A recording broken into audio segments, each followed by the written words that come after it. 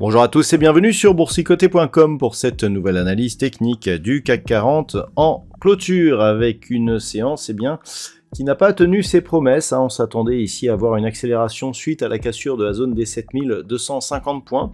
Au lieu de ça, nous avons ici une séance très peu volatile, très hésitante, avec donc une tentative de rupture de cette zone, avec une clôture donc qui se fait légèrement sous celle-ci, avec donc un niveau très légèrement inférieur, puisqu'à 7246,93, le CAC 40 gagne ce soir 0,18% par rapport à la clôture de la séance précédente. Donc une séance où il ne s'est pas passé grand-chose.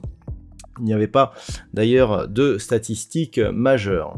Au niveau des indicateurs techniques, nous avons une situation qui est assez mitigée. On voit les histogrammes du MACD ici qui se stabilisent, voire même qui décroissent légèrement.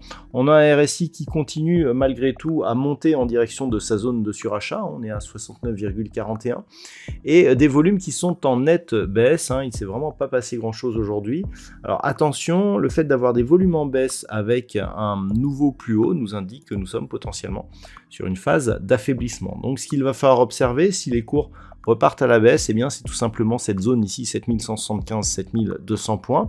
C'est cette zone qui, lors des prochains jours, nous donnera, je dirais, le statut de poursuite du mouvement haussier, puisque tant que l'on est au-dessus, la tendance reste haussière. Nous verrons dans quelques instants qu'en cas de cassure, nous aurions énormément de signaux de retournement.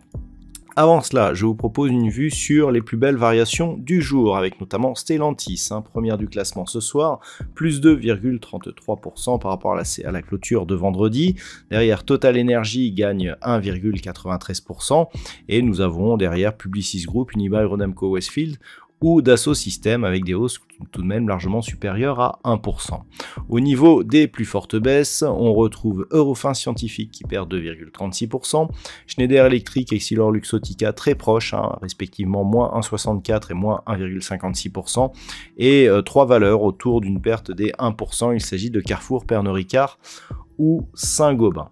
Donc on le voit, c'est assez partagé, c'est assez mitigé, donc comme je vous l'indiquais, des signaux d'affaiblissement commencent à apparaître. Le fait d'avoir ici une bougie assez hésitante, avec une ombre plutôt portée sur la partie supérieure de la structure, nous indique qu'une consolidation est tout à fait possible. Si cette consolidation vient tester ici la zone 7175-7200 points, on ne remet rien en cause. On est toujours dans une dynamique haussière potentiellement forte. Ce n'est que sur rupture de ces zones que l'on pourrait avoir effectivement un signal de retournement. Pourquoi ?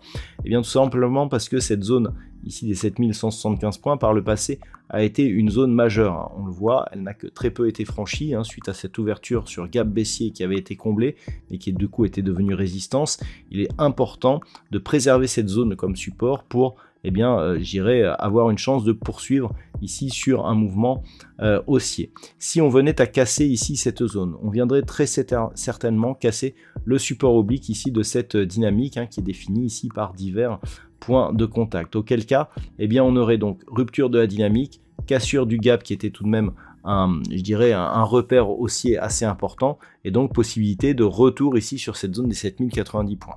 Là, on aura un gros signal d'affaiblissement, même si on serait, si ça se passait demain, au voisinage de la moyenne mobile 20 exponentielle. Si ça arrive dans quelques jours, il y aurait certainement une attaque. Clairement, il y aurait une remise en cause donc de cette dynamique haussière. Globalement, ça veut dire que tant que l'on est au-dessus ici de cette zone des 7200 et si encore plus, on va ici casser cette zone des 7250, les objectifs restent les mêmes. 7335 points en objectif intermédiaire, puis 7380 points, donc zone de résistance pour un objectif majeur. Voilà donc ce que l'on peut dire sur cette analyse technique pour ce soir. D'un point de vue statistique, le ton change un petit peu. Malgré cette bougie hésitante, eh bien, nous avons une probabilité qui évolue à la hausse. Là où on avait une probabilité assez importante d'avoir une phase de consolidation dans cette semaine, eh bien, cette phase de consolidation serait en train de s'éloigner puisque l'on resterait assez haussier pour cette semaine avec une phase de consolidation qui pourrait n'intervenir que la semaine prochaine. Voilà, donc ce que l'on peut dire pour ce soir. Je vous rappelle que les détails de l'étude statistique se trouvent dans l'analyse écrite qui paraîtra durant la nuit, avec le point mondial, donc le point macroéconomique mondial. En attendant, je vous souhaite de passer une très bonne soirée. On se retrouve donc dès demain pour toutes les autres analyses techniques du site boursicoté.com.